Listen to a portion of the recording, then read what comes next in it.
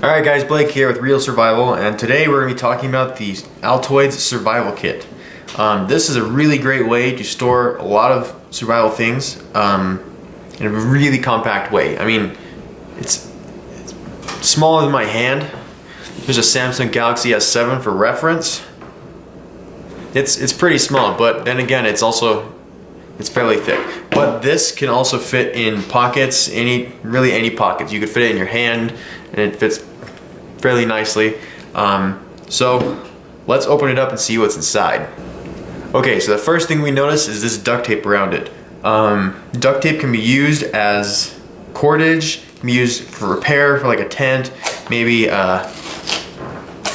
your clothes. It can be used as an adhesive, of course, because it's so sticky. And even as fire starter, this works great as fire starter. All right, so I'd say we have almost about a foot and a half of tape right here. It's really not going to get any much of anything besides probably fire starter, some cordage, but you can cut it into separate pieces and make it go a lot longer, so you're not wasting a lot of it. So the next thing I would have on this, but I used it for an electrical repair, is electrical tape. And I would have it all the way along the seam of the lid and the actual container to make it a little bit more waterproof. But like I said, I used it for electrical repair. Now, electrical tape can be used as obviously repair. It's basically the same thing as duct tape. It's just not as good at adhesive. It's not very good fire starter, but in a pinch, it will work. And then, like I said before, it's really good for electrical repairs. That's what its main purpose is for. So let's open up this Altoids can. All right, so right off the bat, we see a filter. A coffee filter for filtering water. Next, we're gonna see this cotton ball for fire starting material. Really great fire starting material. You just stretch it up like this, make it really fibrous, and then you throw a spark onto that. Next is gonna be this little cloth, and it looks like there was some rust damage, but a little bit of a cloth. You put this in some water and it opens up, and it ends up to be about as big as a bandana. So it works fairly well. The next thing we're gonna see in the survival kit is a Swiss Army knife. The Swiss Army knife is meant for a blade. Here's the blade right here. There's also a saw, so some scissors, there's a screwdriver. Then on the side of it, I have a match striker taped onto it with the striker face down so it doesn't get damaged in water. Next, I'm gonna have this toiletry kit. It's basically just a cleaning wipe to clean anything off, like maybe a utensil I ended up bringing. Next thing we see is a fire starter. It is going to be a lighter, and it does still work,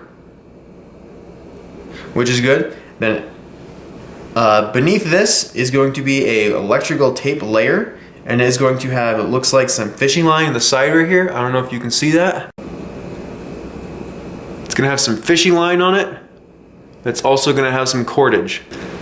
It's going to have 5 safety pins in it, some tweezers with some line wrapped around it. Again, more cordage. It's going to have some Neosporin in this straw. It's gonna have one Q-tip cut in half. This is good fire starter, and maybe if you want to clean something out that's very small. We're gonna have some band-aids in here, some tin foil. This would do really great as a container, maybe for cooking food, gathering water, cooking water, and maybe a source of reflectors, so to reflect the heat from your fire. This is going to be a tube of matches. I wrapped it up inside to keep it as waterproof as possible. If you can see it, there's going to be a razor blade right there, if you can see it. There's going to be some fishing hooks right here. And it looks like a needle right here. And a match striker pad. Now, the last thing about this Altoids container is that we have the actual container. This can be used for making char cloth. It can be used for distilling water. It can be used for cooking food. It can be used for quite a different variety of things. So here's all the things that fit inside of it, but I'm going to go to a bigger size just because I feel as if this won't be quite enough, and it's not waterproof. As you can see, a lot of these things have some rust damage from other things on it. Probably hooks, which I would need for gathering fish for food, and other things like this lighter. It may not work.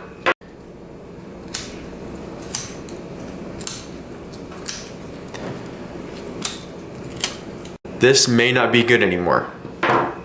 When I need it to. This knife, it is quite hard to open because of all that damage in there. Let's see if I can open something else. Yeah, I can't even open this can opener right here. So that's just another reason why not to use a Altoids survival kit. It's a really good kit, but you need to find a way to make it waterproof. So what my problem probably was is the electrical tape on the outside of it. When I used it, I did not replace it. That is probably what happened here, what caused so many issues. But this is a good test to see if it would work. It does work, but use caution and make sure you keep up on it. I would say every couple months, maybe 2 or 3 months, go back through your kit and make sure everything is good to go, or else you may run into this issue where things may not work anymore. So this is Blake Roybal, Real Survival. Leave a like and a comment and I'll show you some different other videos for survival. Thanks. What are these called, Kara?